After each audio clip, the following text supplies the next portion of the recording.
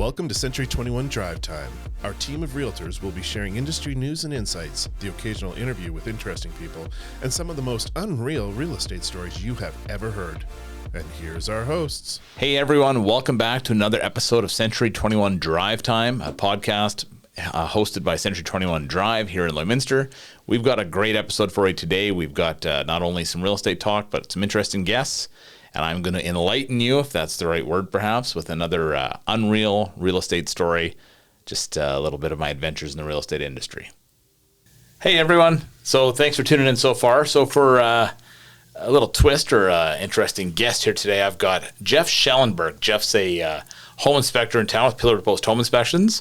So we'll have Jeff kind of tell us his story, what got him into home inspections, what a home inspector is. And then, it's funny because realtors have some crazy stuff we see, but I know home inspectors do as well. So Jeff will share some of that with us today as well. So how's Jeff? About as good as I can pretend to be. Fair. That's good. It's good. So you're a home inspector in town. Obviously, as a realtor, we have partners we work with and, they're part of the transaction and you're one of them oftentimes. Yep. So tell us about, who you are, what got you into home inspections and what a home inspector does. Okay. What got me into home inspections? I was working in the oil patch and had gotten to a point where I was starting to cast around looking for something else to do. Was a little tired of the pace and was looking for something else. So I started to research some of the different things that I could do, and home inspections is one that interests me.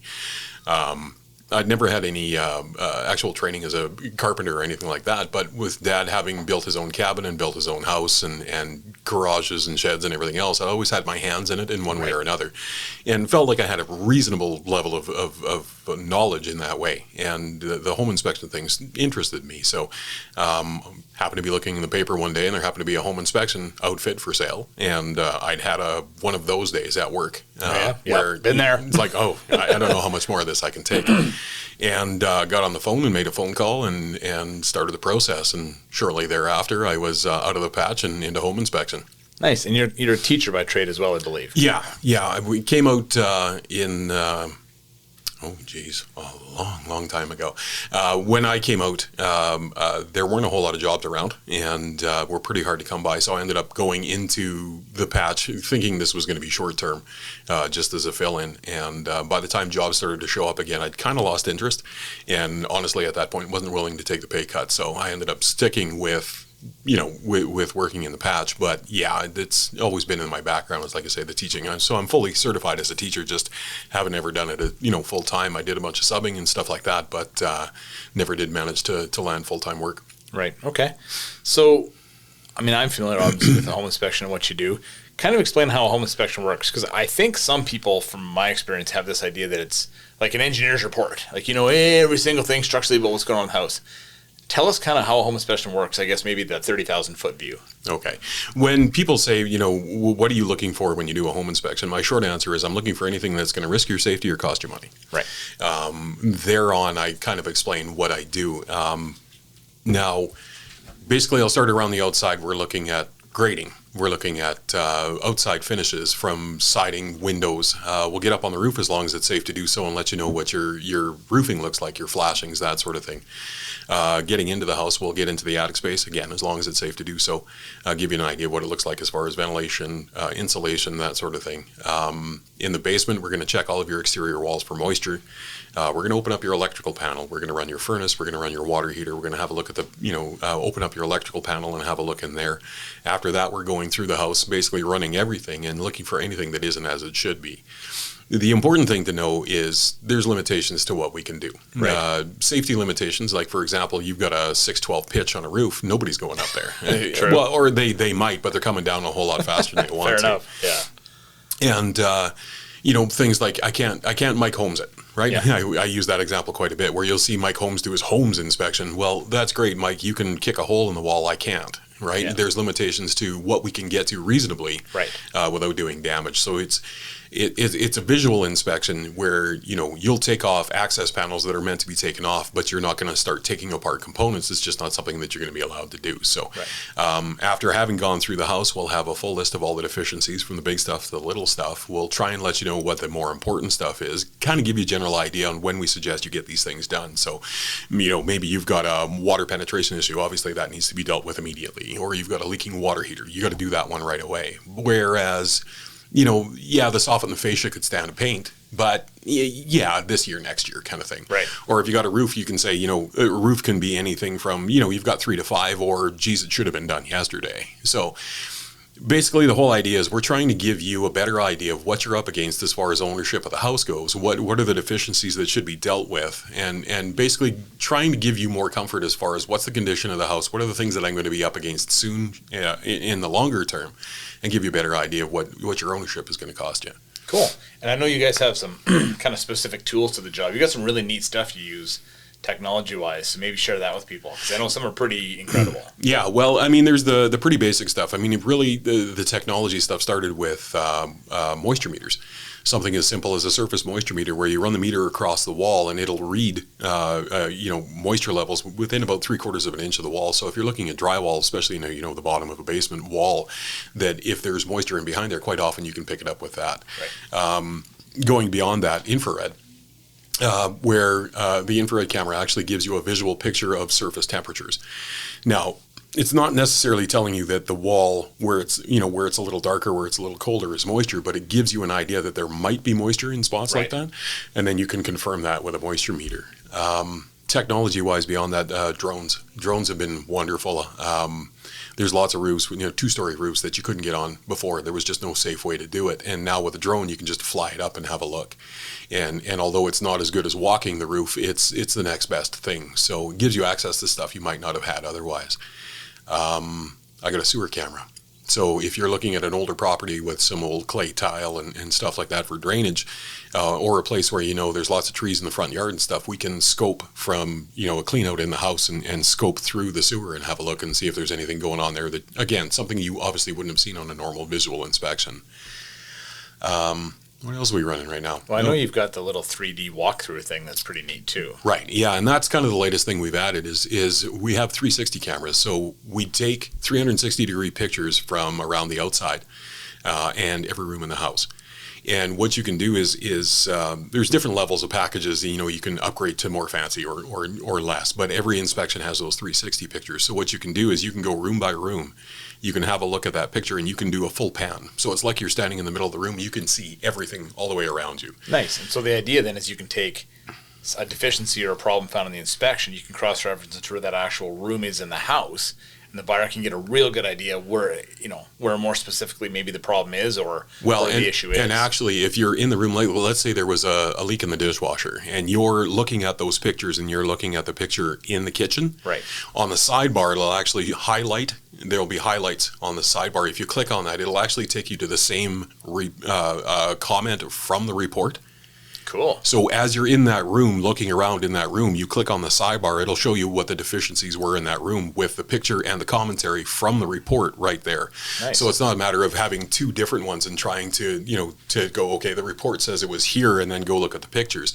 You can actually just be going through the pictures and it'll show up there, and you can actually go to the comment directly through the pictures. Now, if you upgrade with us to what we call our premium package, it'll actually come with that, a full virtual walkthrough, so you're just using the arrows to walk through, and it'll give you a full measured floor plan as well. Oh, nice. So really nice for buyers who are, from away, or if you're, 2 or 3 months from possession, where you don't have to go in and ask for measurements, or, is my couch going to fit here? Does this work there? You'll have all that information because you're going to have a full measured floor plan to work from too. So yeah, that's a nice addition. Nice. And then I know at the end too, you've got a nice little package, a little binder people get.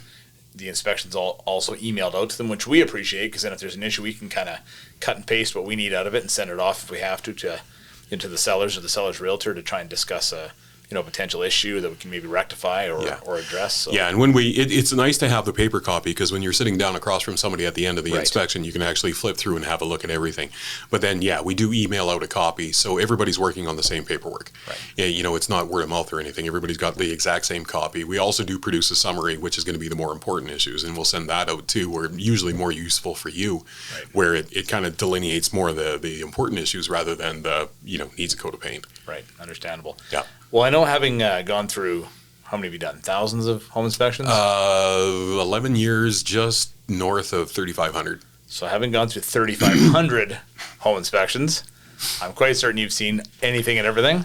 I've seen a few things, yeah. So, we were talking about this the other day. We're kind of saying, I was going to prep you and warn you and say, hey, I'm going to ask you what's some of the wildest stuff you ever saw. So it's going to be funny because you'll come at it from a different set of eyes than we will, right?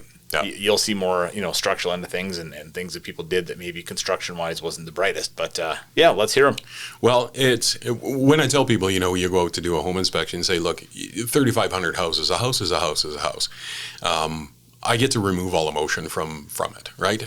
I'm not planning, whose bedroom this is going to be, what color that's going to be. It's just another structure. It's just another house.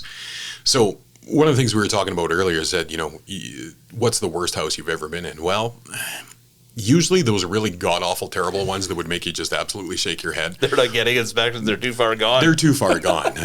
People walk into them and they don't need a home inspector to tell them it's a disaster. They need to stick a dynamite in a match sometimes. Right? Yeah. There's more than a few that they should just wander by and start throwing matches at and hope it goes. Yeah. But actually what I was doing was I was talking with my wife last night and we were talking about, she says, well, didn't you do one, within the last couple of weeks that was the longest inspection you've ever done? And I said, yeah, it was.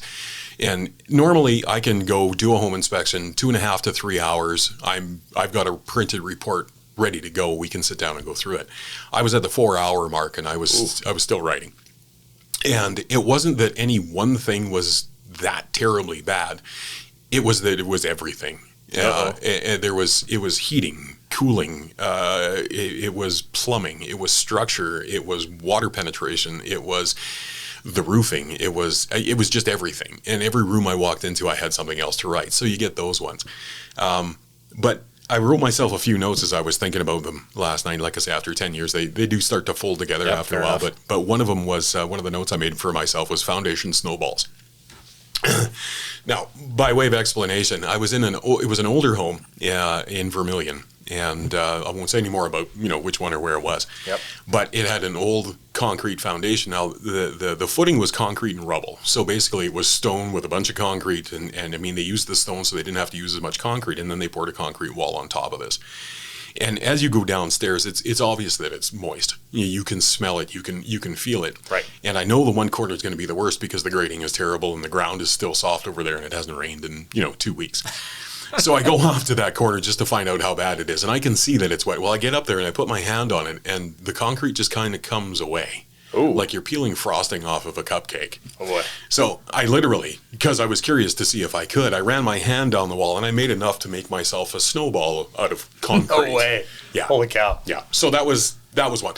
And the house wasn't sinking. There wasn't any real nasty, obvious signs of settling. There was some, but nothing that you would expect would be, the place really should be falling over. But I got a feeling that concrete wall was somewhere around 18 inches thick. So it had some to give, but at the same point, once you start making snowballs out of your foundation, that's probably not a good thing. Probably not a good thing, no. Now I wonder if they bought the thing or not. It's crazy. Yeah, I don't know. That one, some of them I ask. I go back and ask, did that one actually sell? Or I'll watch Realtor.ca just to see if it disappears or not. It's like, They bought it? Really? Bought that? One of the other ones I found recently is foundations turning to sand. And but what happens with these ones, apparently, as I did a little research and started talking to people, was that in the 40s and 50s, when they were pouring concrete foundations, if there was too much alkali, in other words, too much salt in the water, that they'd begin to deteriorate after time, where basically you run your hand down the wall and the sand that was suspended in the mixture just starts to come loose. And at the base of the walls were piles of sand And I couldn't figure out for the life of me why. But I get to kind of digging in behind, and where there's some loose insulation and loose paperware, and you get it behind there and you run your hand down the wall, and it just comes away as sand. Wow. Now, again, not about to fall over immediately, but I mean, there was some remediation that had to be done fairly quickly. No kidding. Wow. And I believe the fix for that one was actually to pour a fresh concrete wall on the inside of that one was the fix. Wow. DIY structure. Oh, yes. There was a cabin that I went to have a look at, and an older fellow had built this thing himself, which, it can be good, can be bad. You're never quite sure. So we go into the basement of this one, and he had built himself a wood foundation, a wood wall. Right. And at first glance, it doesn't look that bad, but you get up close to it, and it's kind of hard to explain without pictures. But the studs are sitting here, and then there's a top plate that sits on top of the studs. Well, that top plate was tilted to the outside, and the only part of that stud that made contact was about the last half inch. Ooh. Of the top plate like this. And for the life of me, I'm like, how does that even happen? Yeah. Well, and what really showed it is he had taken 2x4 on either side and kind of blocked it up so it made contact. So I go outside and I start looking a whole lot closer at why is this? Well, it turns out the building's too big for the foundation. Oh, lovely. Yeah, so the contact between the wall of the first floor and the sill plate is maybe an inch. And the whole thing is like the sill plates are trying to tilt to the outside and trying to kick out. Kidding. But it's secured well enough that it hasn't flared yet. Yes. But I mean, obviously this isn't good. He's got a support wall down the middle of this thing, and it's not plumb, which is to say straight up and down. It's not even close. The beam's twisted and out of plumb. And it was just like everywhere you turned around, it was like, whoa. And then there's teleposts in the basement, and they're sitting on a wood floor. A framed wood floor, no concrete, no concrete footing, no nothing underneath it. It's just a random post sitting in the middle of a wood floor, sitting on I'm assuming like a 2x8 joist or a 2x6 joist that's underneath this because it didn't have a concrete floor. Wow. Go out in the garage, and he decided to add a garage to the front of this building. And I look at, the first thing that strikes is you walk in, and there's a telepost right in the middle of the garage. And I'm talking smack dab in the middle of the garage. So you open up the garage door. It's a 20-foot wide door or 18-foot wide door. You open this up, 10 feet in, there's a telepost right in the middle. What? Yeah, right? So it would be different if there was two doors and it was kind of separated and was in the middle, and maybe you wouldn't. But I mean, if you wanted to pull into this garage, you essentially every time you went in, you'd be at risk of plowing this thing over. So I get to looking up at the beam that's running across this because he added a bonus room above it, and I get to looking, and what I thought at first glance was a lamb beam is a homemade lamb beam. Oh no! So 3/4 plywood, about 8 inches thick, just glued and nailed together. And this post is supporting that, and it's only supporting the left side, not the right side. If you were to back a trailer in or something, like to go to unload a snow machine or something like that, you hit this thing. Well, that bonus room, it's coming into the garage. So, unreal, eh? Yeah. One of those, just because you can do something doesn't mean you should do something. Yeah. Tell it to people all the time. Decks are the bane of my existence. Yeah, bad. Yeah. And I mean, it's one of those things where, yes, it's working, but none of it is right. It's not falling over. Don't get me wrong. It's not falling over, but that's not a beam. That's not right. That's not right. That's not right. And what do you tell people, right? Right. The water heater vent. A homeowner had decided his water heater had gone, so he decided he was going to save himself some money and install his own. Unfortunately, he had a power vented one previous and bought a conventional one this time. So with the power vented one, there's a fan on top that exhausts out the sidewall, and that's how it gets rid of it. Well, with a conventional, it's supposed to have a chimney, and basically hot air rises, and it just uses natural draft to exhaust.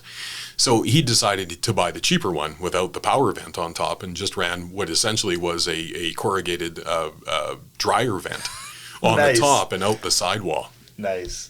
So I open up the utility room and I walk into this, and I mean, you can, like, it just, wow, what is this? So immediately I go over, I shut this thing off. Like, normally you don't change anything in the house, you leave it as you found it. But I went over, I shut the gas off to this and started writing, and the homeowner knows, going, please call a plumber immediately. Yeah, no kidding. You're trying to kill yourself, and I'm sure you're a nice fella, and that's not necessary, right?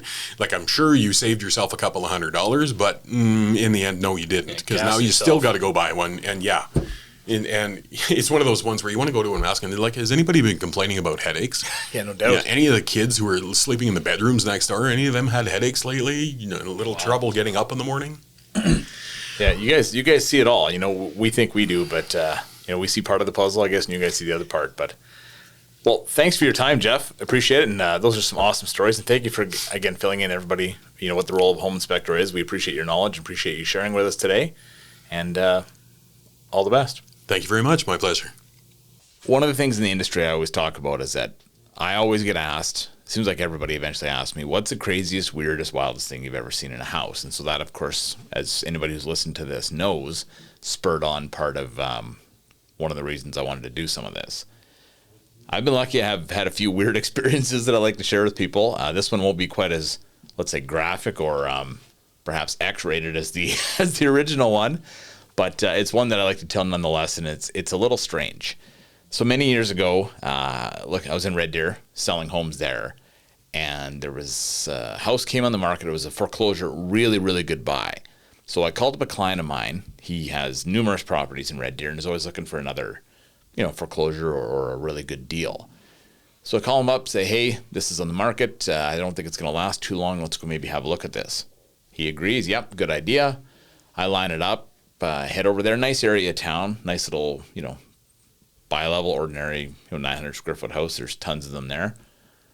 So we pull up, and there's a line of probably, 6 or 8 other realtors before us. Everybody's wanting to see this thing, and of course, you're touring all your people through, so it's like an open house basically. So we're standing outside, and we kind of move up in the line, and it's our turn to go in. And the realtor coming out, I know him fairly well. He throws me the keys and kind of laughs and says, "Well, that's interesting." And I'm thinking, okay, what are we going to see here if he's saying that? Because these houses are empty at this time. So we grab the keys, we head inside, start looking around. Upstairs is pretty normal. It's your ordinary house, and I don't know I'm thinking to myself, what's this realtor talking about? So we head downstairs, and everything seems normal. And I'll never forget, you come downstairs, kind of go around a corner, and there's probably supposed to be a linen closet or a broom closet downstairs. The interesting part of it was we stood there and kind of dumbfounded because on the outside, it had your door, and it had probably 5 or 6 different kinds of locks on the outside of the door. So there's like the slide lock, the twist. I mean, there's a whole bunch of them. And you're looking at it, and we're both kind of looking at each other thinking, well, that means they locked something or somebody in there if the locks are on the outside. Okay, that's a little weird. So I open the door, because you've got to open the door at this point. So you open the door, and the inside of the whole room, the room's no bigger than, I don't know if it'd be even 3 feet wide maybe, by probably the same depth, is covered in like rhino lining, like that truck box liner stuff, that rubbery, and it's all scratched and tore up and ripped out, and there's stains all over it. And we just stood there looking at each other like somebody or something was locked in here for a serious amount of time. And this is completely disgusting. Like it blew your mind that someone could not only treat another human like that, but do that in a home. It was just unbelievable.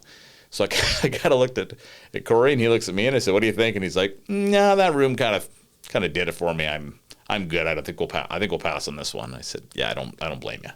So we took off, but it's another one of those ones that you see, and you just, you're mystified sometimes by the amount of things you see. It's there's some crazy stuff, sometimes good, sometimes bad, and sometimes just eerie like this. So, yeah, that's one that's burned into my brain, so to speak, that I will never forget. So that's another episode. Thanks for tuning in. We always appreciate the listenership. Feel free to subscribe wherever you get your podcasts, Google Podcasts, Apple Podcasts, Spotify. And until next time, we'll see you soon.